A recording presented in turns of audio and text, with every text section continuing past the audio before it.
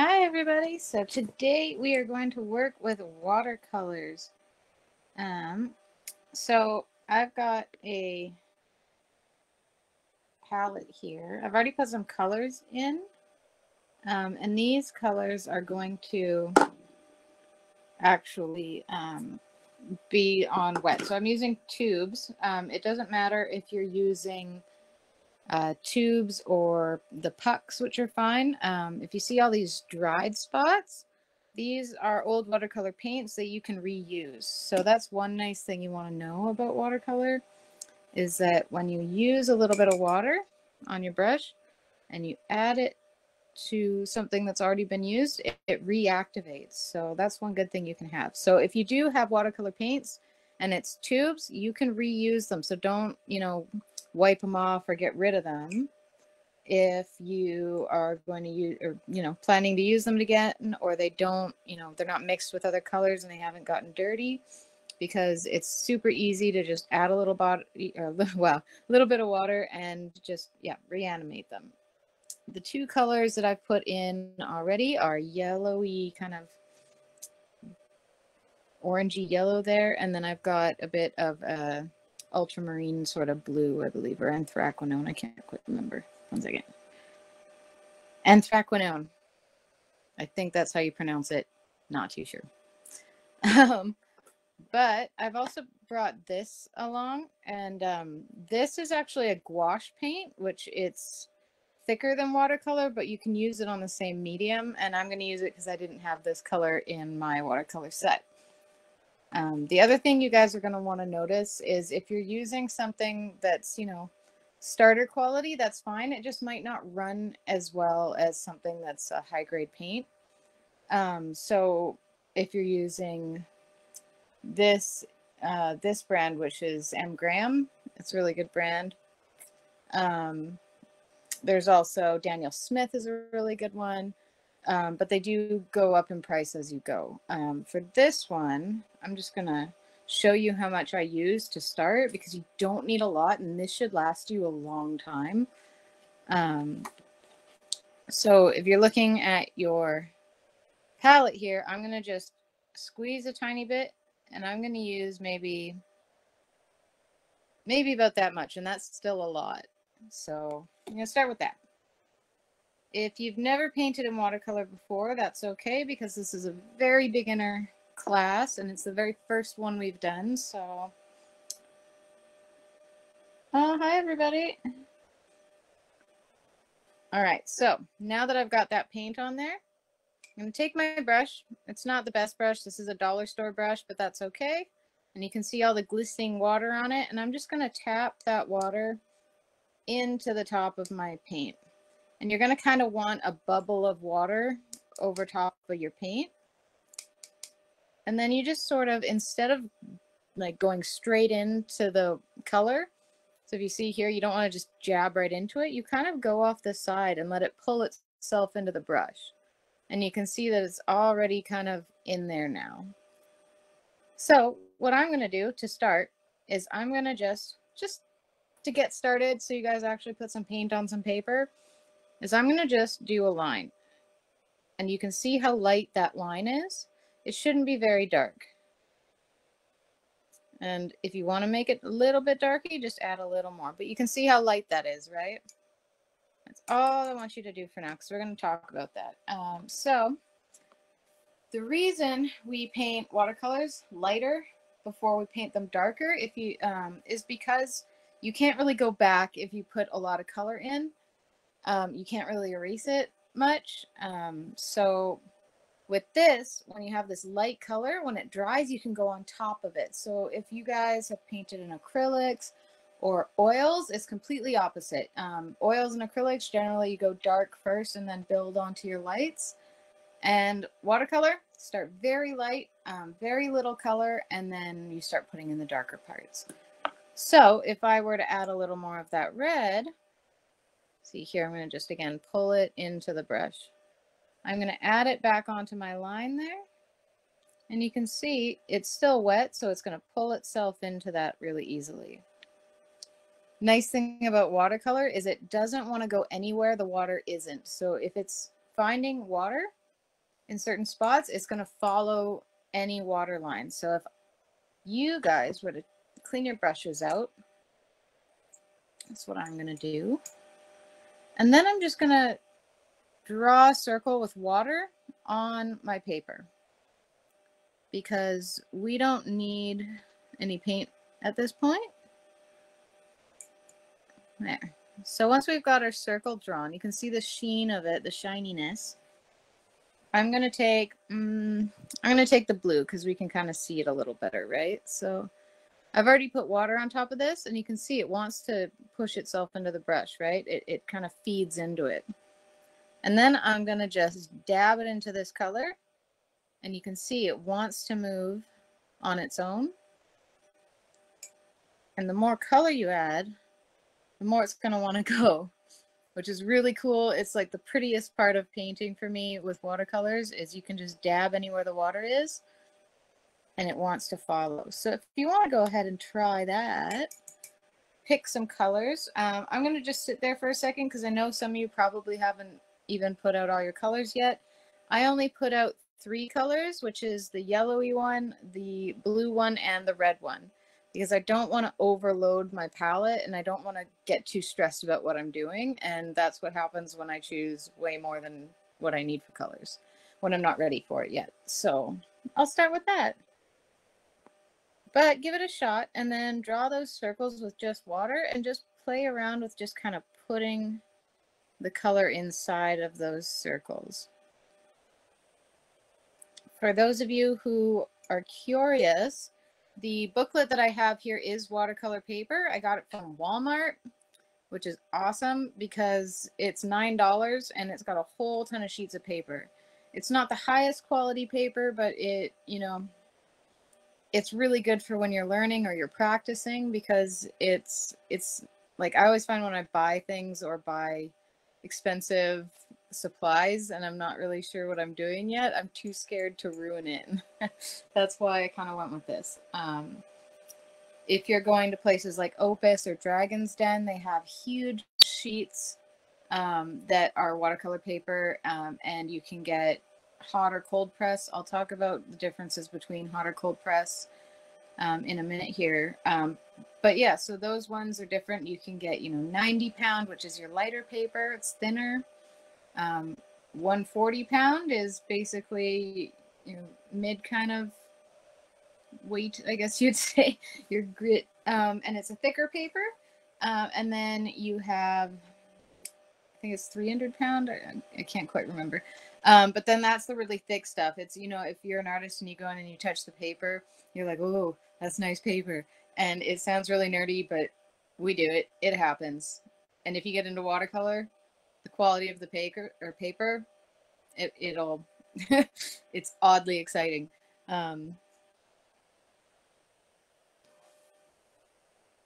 Canson book, it is, yes, it's the Canson book. So if you see it here, that's the one I've got. Try and get the glare out of there. And this is only the 7x10. And this is 140 pound paper. Ooh. Well, that's kind of cool. I'm going to leave it. I'm going to make that a flower. But yeah, so Canson is a decent brand, especially when you're starting. Make that look like a sort of honeysuckle type thing.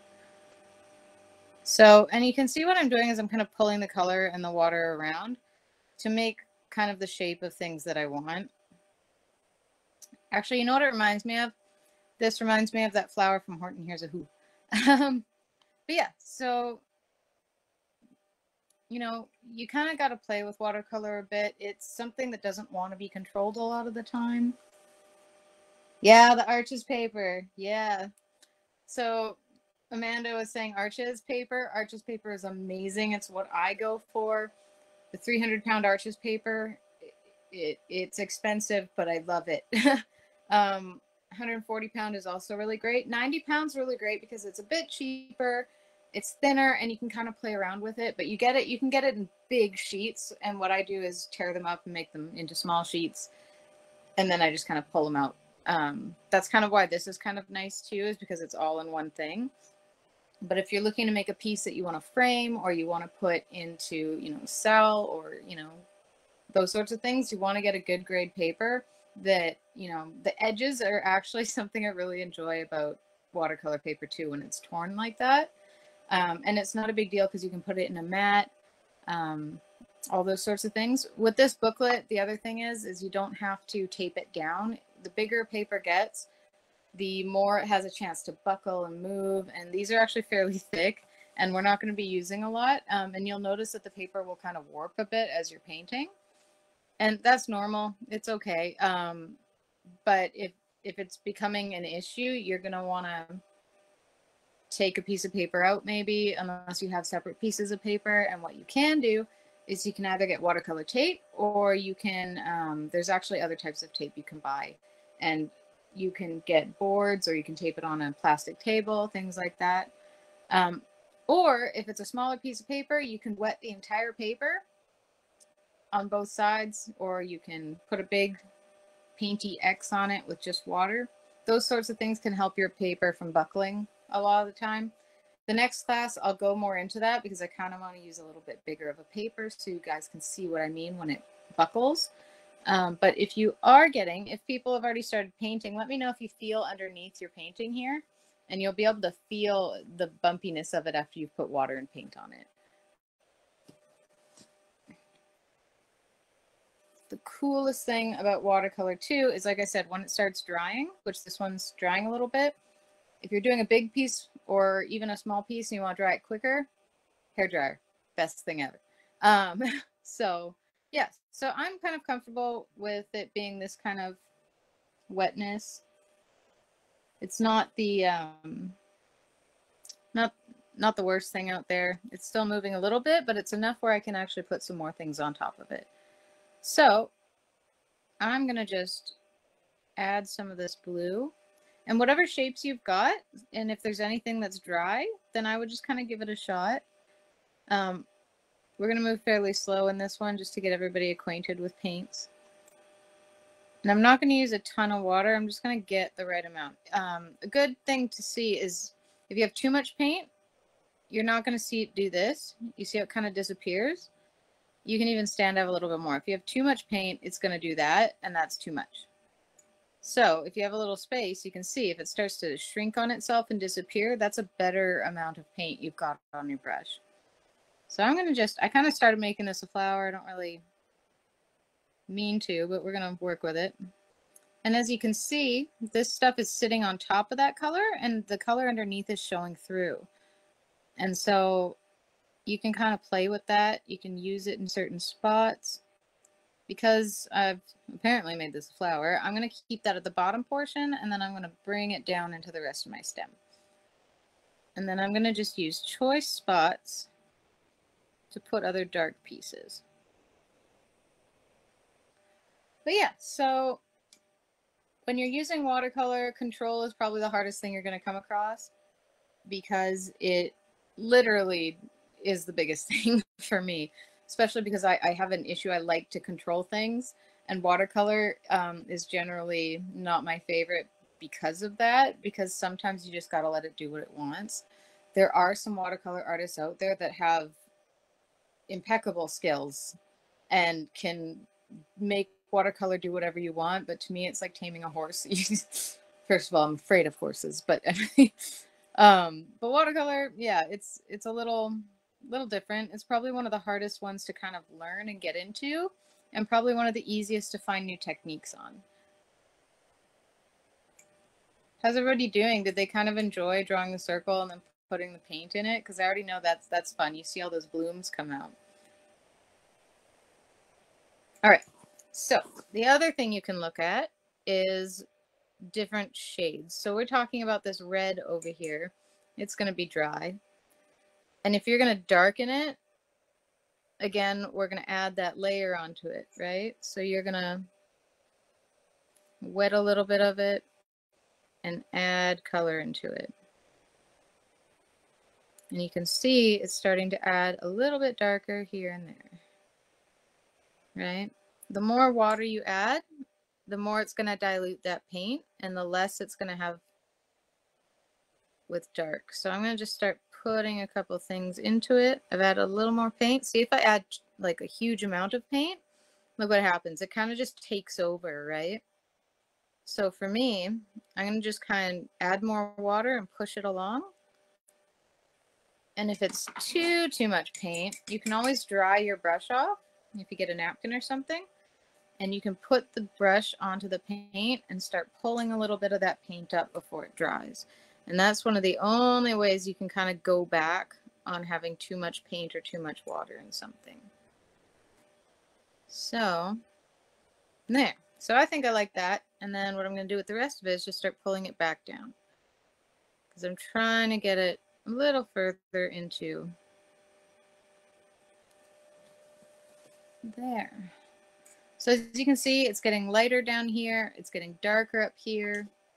And all you have to do is keep adding that paint until you like how it looks. So your goal for this part is to have the darkest section up here and the lightest section down here.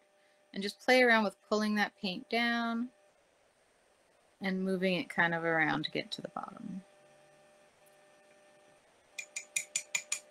All right, so it dries fairly quickly, especially if you have multiple things on the go. That's kind of why I like having 1 or 2 pieces of paper with me, because that way I'm impatient. I can just skip from one to one and then hopefully don't mess up too much on the way around. All right, so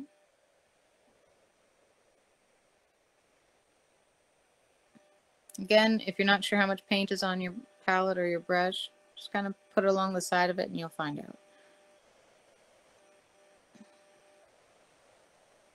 And then I'm going to go ahead. The less water you have, the more control you'll have. So you can kind of see that I'm using very little water. And I'm just kind of placing in spots that I think it'll work. The one thing you'll notice, if something's not quite dry, it's going to bleed into the other thing. So like we did with that circle, you can draw your watercolor circle. And again, you'll see that if I put some red in here, maybe a little bit more. There we go. And then I put some of this yellow in here. It wants to fight with that other color and eventually mesh with it, right? So when you do that, you're just going to be aware of the fact that it will cross lines once you kind of start getting into the wet areas.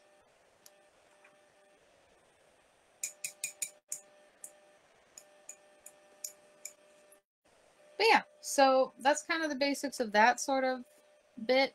You don't want to, like, you can see how much water's in there, right?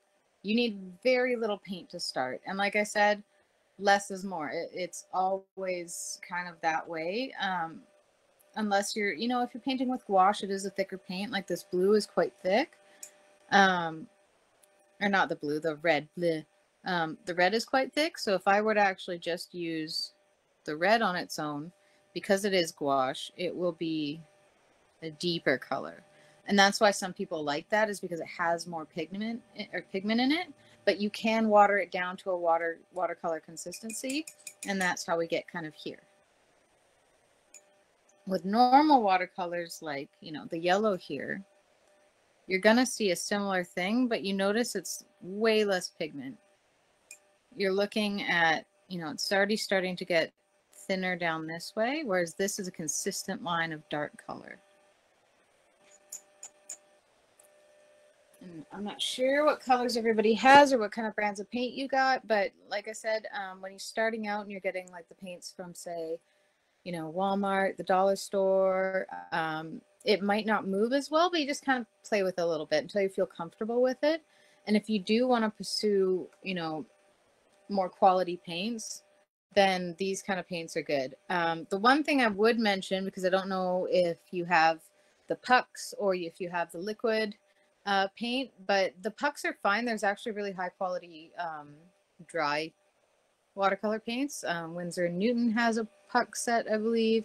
You can even get these cool little booklets that actually have sheets of watercolor on them, and you can just kind of use that. But you can use whatever you like. It's not going to worsen or change unless you're changing quality and pigments and binders. So whatever's keeping the paint together and whatever's keeping, you know, your pigment bright and fancy, you'll notice the difference between high quality paints and lesser quality paints by how it moves and the color quality. So if you're looking at paints that for example, you know, from like at elementary school type places, you'll have those little pucks, but the color pigments kind of just really hard to move along, and it's like they're fine. But when you start getting into more vibrant things and more detailed things and things that you want with brighter color and bolder color, or just the ease of movement, you're going to want to move into a graduated, you know, paint quality. So yeah, like Daniel Smith is a really great brand. So is this one that I'm using, which again is M. Graham. There's a whole ton of brands you can go for. But this one I quite like. I'm good with it. And if anybody has any questions while we're going through, you know, the really basics of this, just, you know, shout out to me on the comments. I've got my phone here looking at that while I'm doing this. So it's not going to be, it's going to be really great if you guys have questions that I can answer. Give me a little bit of an ego boost. But yeah, so I'm going to go back into this blue here. I do like the blue. It's dark and it's pretty. There's a Prussian blue, and if you ever look up the color of Prussian blue, it's so pretty. I think it's one of my favorite colors of blue. But yeah, so I'm going to go back into this because it's dried a little bit. And again, I'm just going to define everything. So if you decide to draw something while we're doing this, and that's why I said you could use your, like, grab a pencil if you want. You can draw what you want and then put the water in between, or, you know, after you put the graphite down. Because pencil and watercolor, for some reason, always looks really good.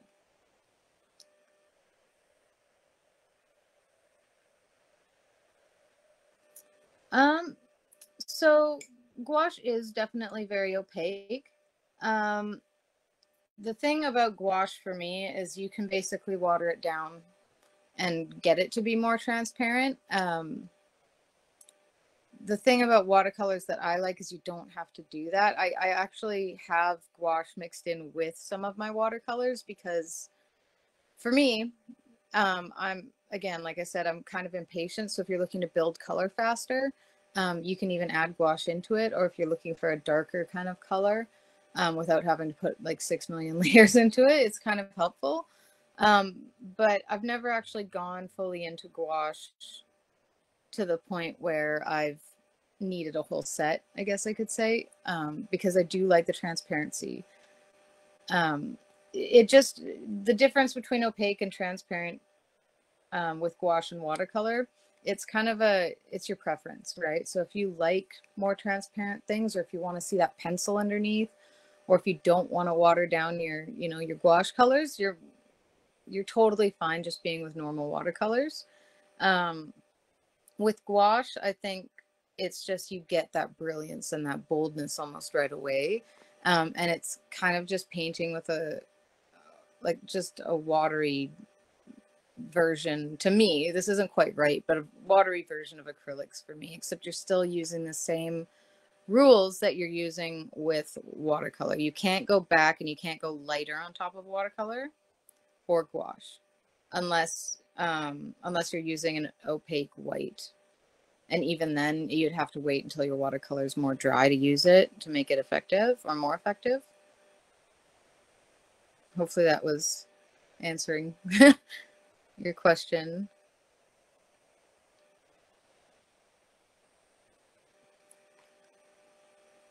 So I'm kind of just messing around with this. So you know what, I'm going to do this actually. So with my gouache, if I'm going to use it with my water, and I'm going to use it like that, right, you can see that it's still kind of watery, still a little transparent there. And I'm going to have do that. And then I'm going to go ahead with the watercolor, the normal watercolor. And see, like if I dip my brush into the paint, it gets fairly dark. And this is why I don't have much of an issue with switching between them, in my brain anyway, because it can still, like this is going to cover more. But if you use like all your watercolors, you're going to get a similar effect, right? So you'd be using more. Gouache, you're going to have a lot more, you know, color in there. It's going to be more pigmented. It's going to have this without having to use like a ton of your paint, right?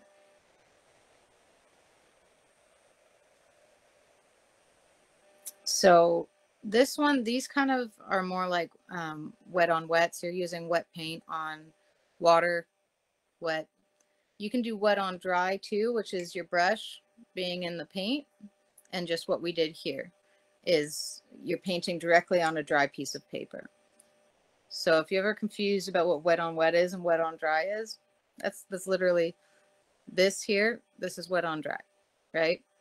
It's a lot of paint again. You don't have to do that wet on dry, but I just kind of used a lot of paint there. And then wet on wet again is you have no color. See what happens, and then it bleeds in there. If I were to just put more color on there for my wet on wet, it would follow where the water is, and it won't go past where the water is. Wet on dry, you have more of a chance to dictate where that paint goes. But even if I were to do like a little design here, like let's do a heart. And just so you can see, like I'm using very dollar store paints or brushes, so I'm gonna get like pieces of hair and stuff coming off on my page, which that's fine. We're not doing anything fancy. Okay, so I tried to draw a heart. And yeah, we'll see what happens when you just kind of, right? It won't go outside of the lines that you put down yourself. So reds never seem to really move very well for me. Greens and blues seem to work very well when they kind of run. So if you can notice the difference on when you tap where the water is.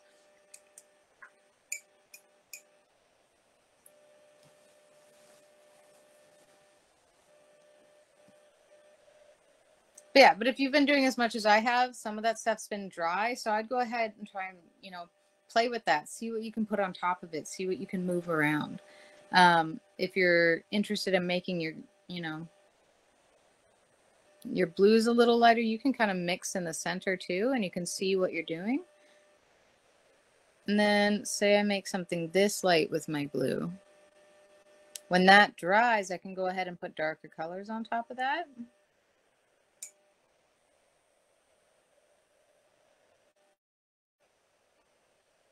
But I'm going to kind of mix it around first. The other cool thing you can do, I didn't bring it with me, but you can grab like Sharpie pens and stuff, and when it's dry, you can kind of, or even those little, the really thin ink pens, you can draw on top of your watercolor and make a whole new design on top of that. So you could make a whole page of design, and then you could quite literally, after it's dry, draw all over it, which is a really great way to kind of make some interesting artwork. I am going to try and tear this out because I want to start on a different page in the next part. And I don't want to get all this water everywhere, so wish me luck. There. Okay. So that was the first bit. So is everybody feeling kind of comfortable with your watercolors right now? Not too concerned about what's happening? Like I said, this is like super basic, and it's going to be super helpful for when you start your own projects or you start what you need to do. Again, I grabbed a very small round brush. If I let it stay round. And again, it's a dollar store brush. It's great for practicing. You'll notice how the brush doesn't really come back. This shows kind of a poor brush, right? Like you see, there's no bounce back. Right?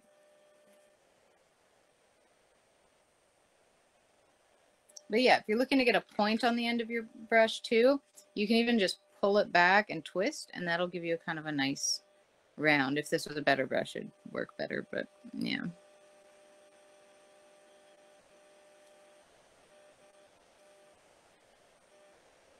I think in the next watercolor one, I'm going to work on some flowers. We're going to get people acquainted with watercolors and florals, because that can be an interesting one. And so you can see right now I'm just kind of covering the middle of my page with some water, because I'm going to just drop a whole bunch of color in there. Because I want to make the blooms happen. So you can see it's done the little spot and separated it out. It's my favorite thing to do. And it's a really good way to kind of play around with what colors you like and what colors you think should work together. Plus, it's just kind of fun to watch. You can even go ahead and start making some movements with it, so you can pull it along, and you'll notice it'll like thicken and kind of make its own way, right? And you'll see these sort of lines happen, and that's called a bloom. So it's pretty cool. And you can kind of decide what you want with that. And this is kind of a really cool way to start making backgrounds.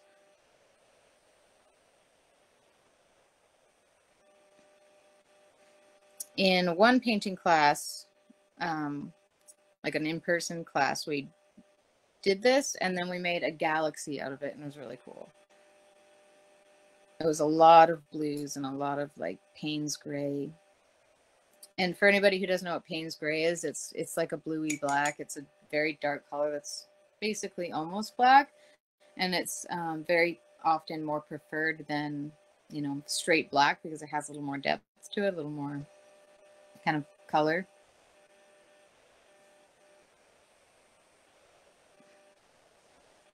Yeah, but you can see it's starting to turn into something kind of cool. And yeah, you guys, this is, you know, a good time to just kind of play with what you're doing. There's no sort of tutorial this time. There will be the next time, but this one's more just getting comfortable with it, learning a couple things that maybe you didn't know before. And then if you're feeling a little, you know, sassy, you can always kind of just tap in your colors. So you notice what I'm doing? I'm putting my finger out. I'm grabbing a bunch of water and a bunch of paint. Ooh, I'll grab some blue this time. Might not work, but we'll give it a shot. And then you just kind of tap it in there, and you see it comes with all these little raindroppy type bits. Right? If you're working in a space that there's not a lot of room, maybe don't do it. If you're on a carpet or something, probably not the best chance. But yeah, so you see what it's doing is you can kind of just throw it down there. And if you can see, I'll raise it up a little more. You can move color around when it's not dry yet. So you can make it follow things. You can make it move. Go right off the page like I did. This is actually kind of the best way for me to make like some flowers sometimes, because it gives you a stem, right?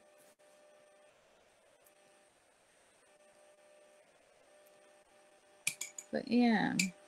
One thing too, brush care. We never leave our brushes in our water tray, because if you forget it, this part's gonna peel. This is a plastic brush, so it won't be as bad, but if you're getting a brush that's like a quality brush, a lot of times it's made out of wood, and then the metal piece on top and then the wood piece on the bottom, the wood piece is gonna, you know, separate from this. It's gonna weaken the glue in there, and then the top's gonna pull off.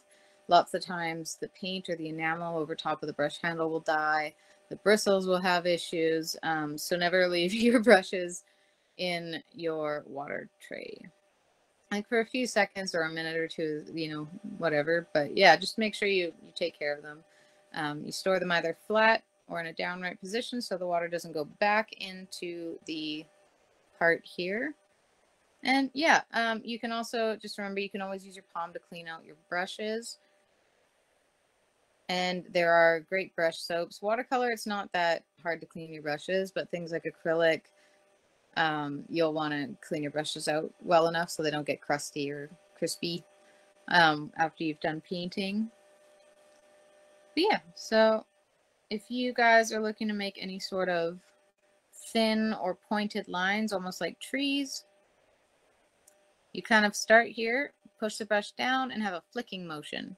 And this is, again, a wet on dry technique. So if you're doing things like trees, for example, and you start at the top and flick up, you'll see what it's doing for you. It's giving you the ability to make those connections with your brush.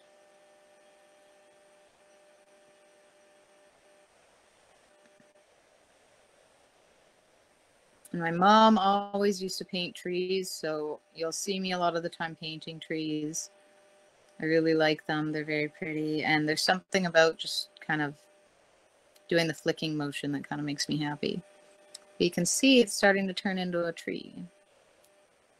So if you're kind of tired of listening to me talk about brush care, give it a shot. Let's see what you can do.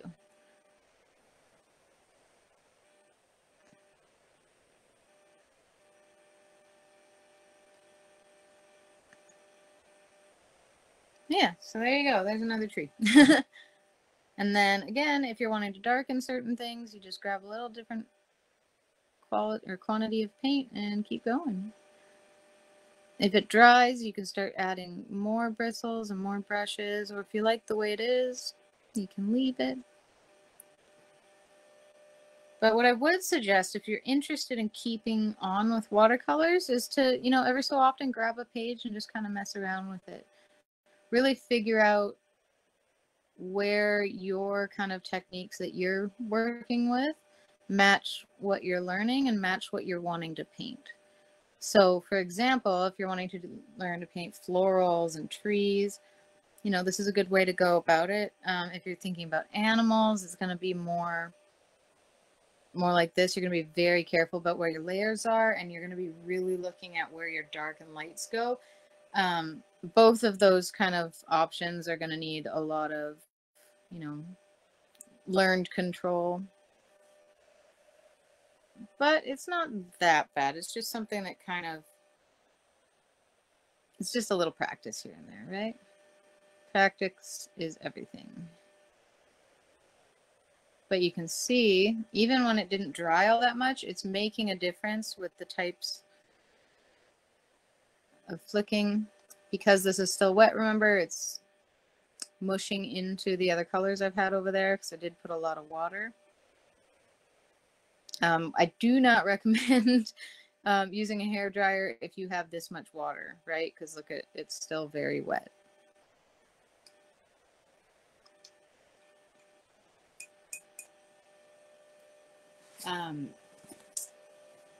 Speaking of which, this is actually a really good kind of idea for a background. I know this is terrible, but this sort of reminds me of like the kind of reds that you see at a sunset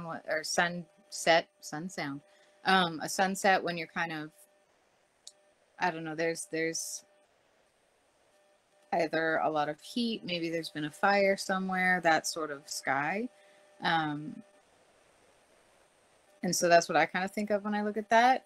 That or the, you can use greens and blues and you can make it kind of like a Aurora Borealis type. You can do so much. But yeah. If there are things you want to learn in acrylics, remember we can always do a poll, or we can always PM my Facebook page or send me a quick message, and we can always talk about, certain things we can do in this class. Or I do have classes that I will be setting up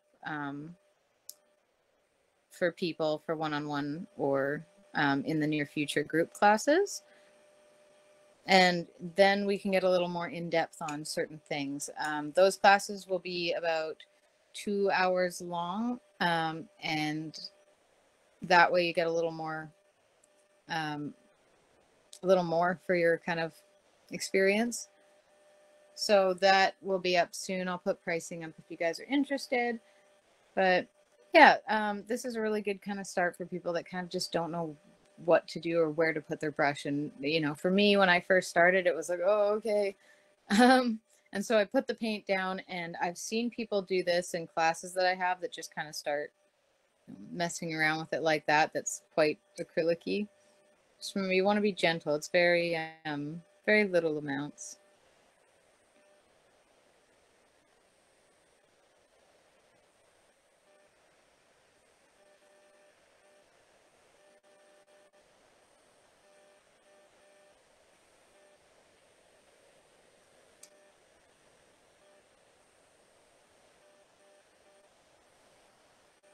There are other things you can put in your paint. One of the ones that makes it almost look like there's snowflakes everywhere is salt. It's a really fun one to do. You just have to have the right kind of balance between water and paint on your paper. But after it dries, you can, flick all the salt off and it looks really pretty. So it's a really fun kind of option. You can put saran wrap on your paintings. So when it's all wet, and it's ready to be, covered, you just grab a piece of saran wrap and you kind of bunch it all up, and all these little grooves and pieces of the saran wrap will have dried and created lighter and darker spaces on your paper. And these are all great ideas for good backgrounds, ways to kind of make something before you draw on it, or, paint again on it. You can do so many different things. Much like if people are doing acrylic pours, I know a lot of people are very interested in pours. It's the same too as when you get those cells, except for they're not perfectly round. They're just kind of sporadic and they kind of flow out. There's also, there's so many different things you can put in watercolor paints. It's kind of dizzying. Some of them you can even put this sort of wax that dries on your paper, and then it'll stop the watercolor from touching any of the area where the wax is on. And then you peel the wax off and you've got this perfect, crisp, clean line. A lot of people I've seen do it for waves, the foam on waves, and they kind of dot around to make sure that those spots don't get touched.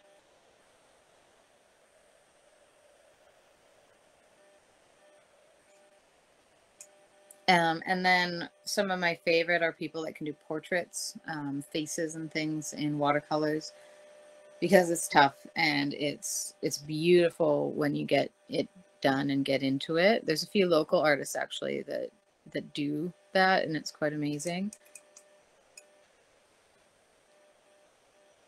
And I would, if you guys haven't looked up any local artists recently, there's a ton in the Okanagan. So there's no shortage of artists that you can look at their work, see what they're doing, what kind of classes they have. And each one of them will have something different that you can learn. Or, sometimes they even collaborate and make dual classes, things like that. So it's a great place to be if you want to be in the arts and support the arts, things like that.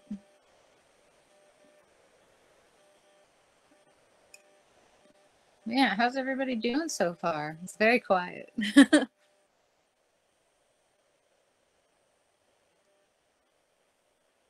So I'm going to go back to wet on dry. I'm going to take a little spot up here, actually. And again, you can pick what you want to do.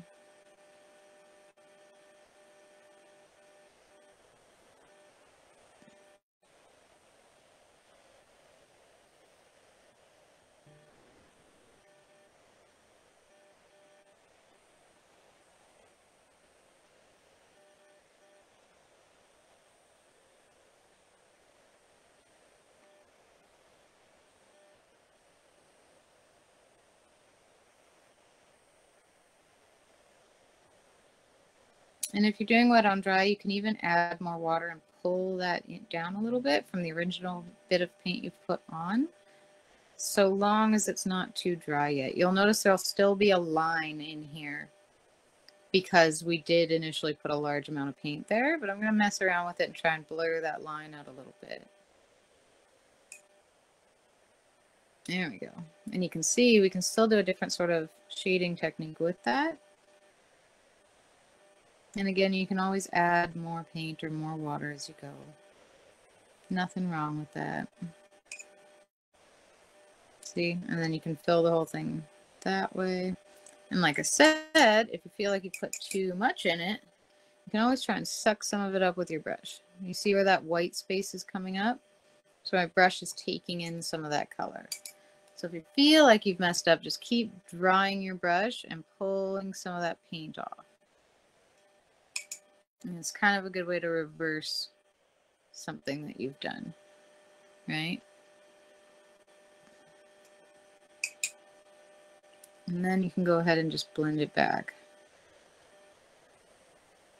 So there's lots of things you can do with this.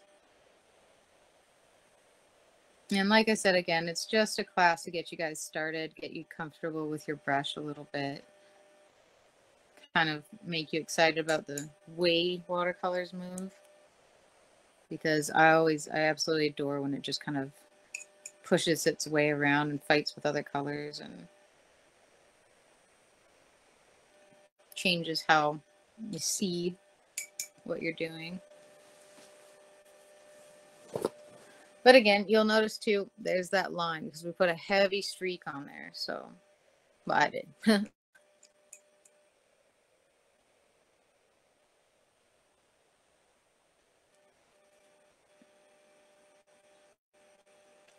This is still a little bit wet. The tree's a little more dry, so we can kind of mess with that a bit. Kind of erase some of it in the background. You always want to do your background first and light, like I said, because you see these dark areas going to be very hard to paint over top of, much like this part. And again, you can't put a lighter color like a light yellow over top of this. It's either going to mix in with it if it's wet, or if it's dry, it's just going to sink into that color because there's nowhere for it to go and there's nowhere for it to sit on top of. So that's just one thing you want to be careful. And I know I've said it a few times, but yeah, just remember light to dark. So you see this light bit is still a little wet. You'll notice too, if you put too much water on paper that can't handle it, so, you know, lower quality paper a lot of the time, I'm going to lift this up so you can see it. You can see that kind of pilling that's happening here, all that. All that is pieces, some of that's brush, but pieces of the paper that's starting to come off. And that's when you know you've kind of overworked your paper. And especially it happens a lot more often with lower quality. So just don't be alarmed if that happens. Just know that maybe just move between your layers a little more slowly and just try and build what you want bit by bit. If you're trying to do too much at once, watercolor isn't as forgiving as a lot of other things. So it's going to either ruin something you've had going on or it's going to be really hard to come back from. So I would just watch that. You know, you can kind of mess around and put fingerprints and stuff in it. You can do a lot of different things. But, you know, try it with your kids. If you're a kid, try it with your parents. This is really fun. You can take, like, you know, all this water and move it around. But I would just be, yeah, very wary about what you're doing with your colors.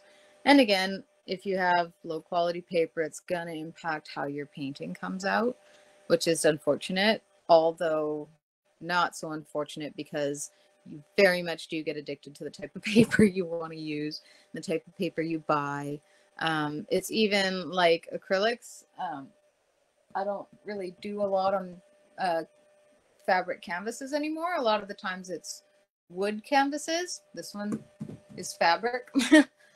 But you just get kind of a niche and you get kind of like a comfortable with a certain type of paper, certain type of brush.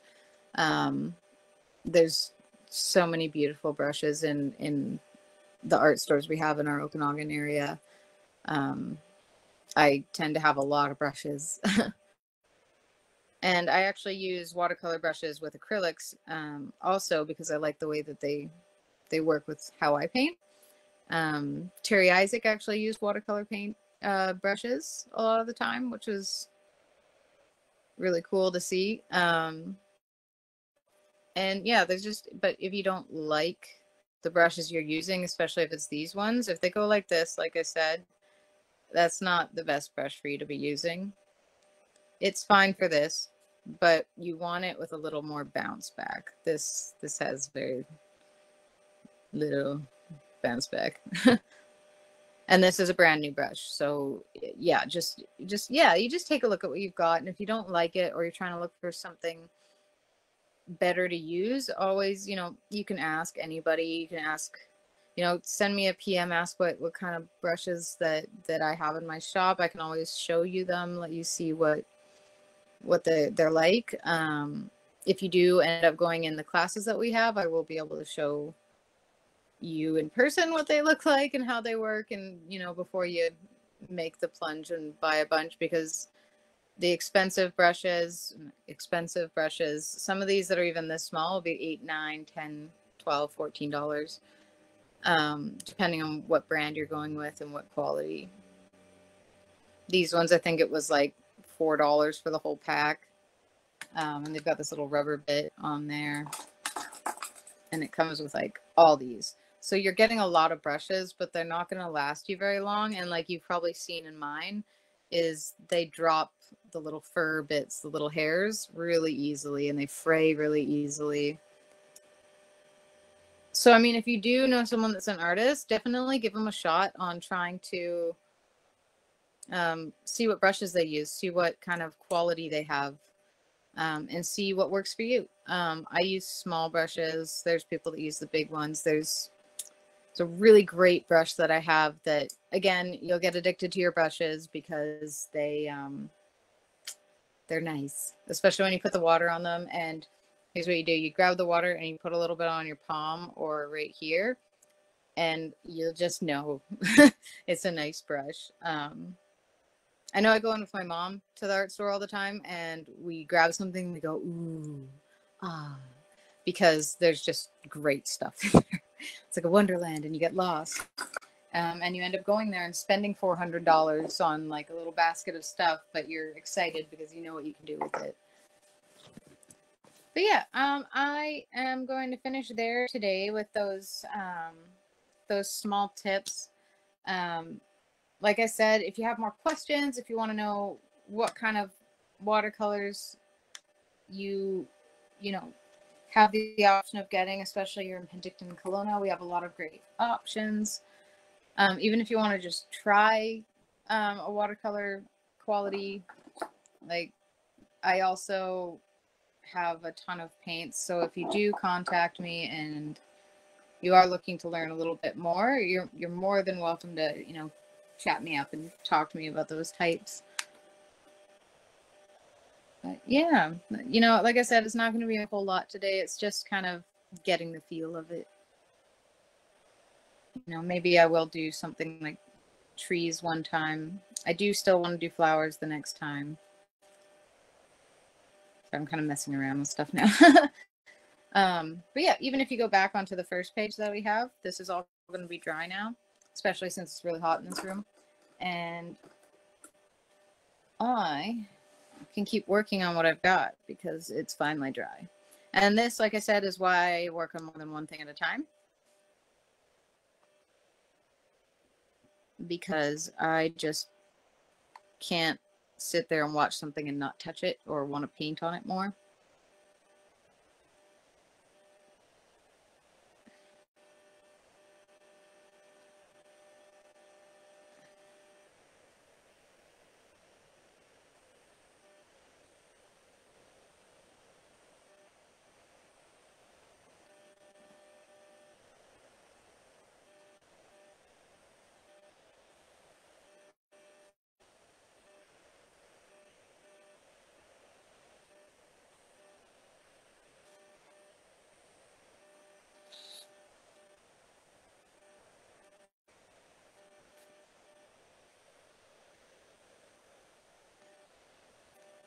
But yeah, don't be afraid to just kind of play, right? Like, I mean, this was kind of a mistake, and I'm already kind of liking it. It looks kind of like one of those cups from Dandelions.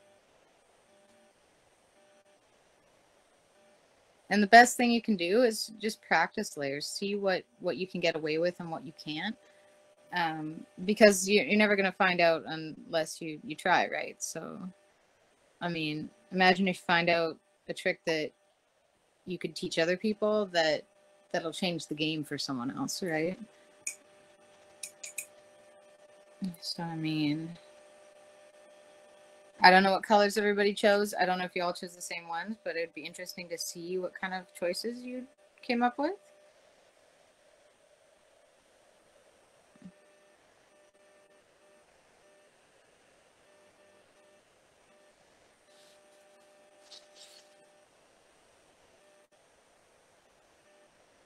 Yeah, see, too dry.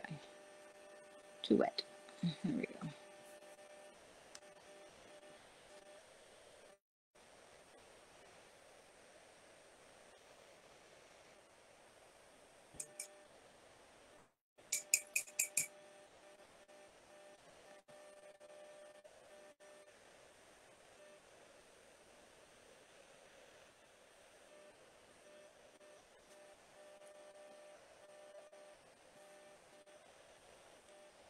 All right. Well, like I said, I think that's going to be the end for today for the little bits of tips that we've learned. But I'm going to stick around till 5 o'clock, which is another 5 minutes. If you've got any questions, comments, requests, criticisms.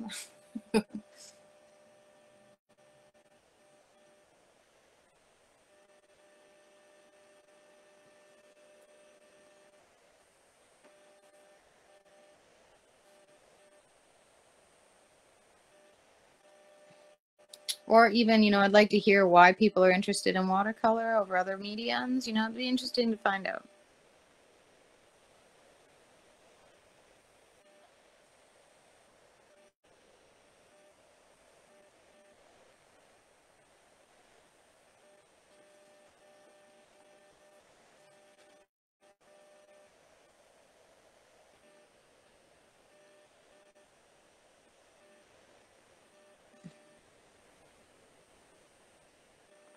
Thanks, Tanya. Yeah, it was really good. I'm excited for the next one because it'll be a little more in depth. We'll have a little more to talk about. And hopefully, if anybody's, messaged me or asked any questions, they'd be excited to go on the next one also.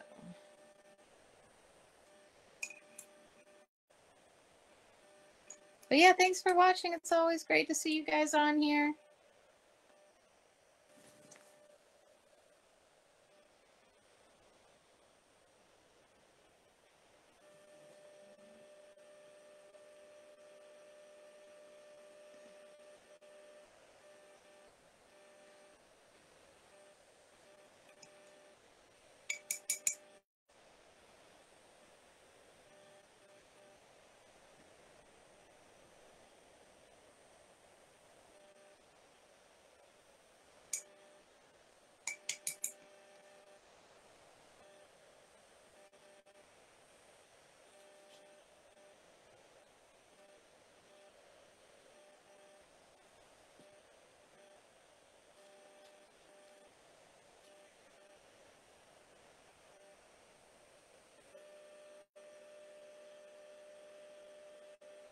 Thanks, Pamela. Thanks for coming.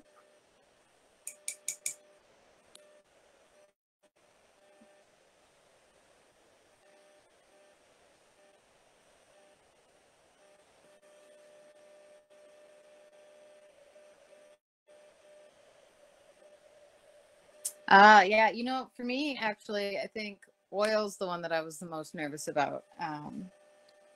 Yeah, thank you for watching, by the way. But yeah, no, I agree. Watercolor is a nerve-wracking one. I think, honestly, it is one of the least forgiving of the mediums for painting. But, it's so much fun. And when you get into these sorts of classes, when you're kind of just messing around and you're allowed to kind of be, be silly and be yourself with it, then you don't have to put all that pressure on yourself, right? I know for me, even if I do something wrong and it's on like a little piece of paper like this, I'm mad at myself.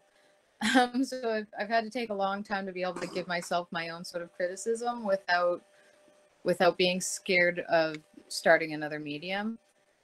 Oil pastels is one that I've not really put a lot into, and it's one that I'm kind of interested in for art medium wise. But I love chalk pastel, which I don't know why it's so scary. But yeah, always a little bit of a leap going from one medium to the other. But I don't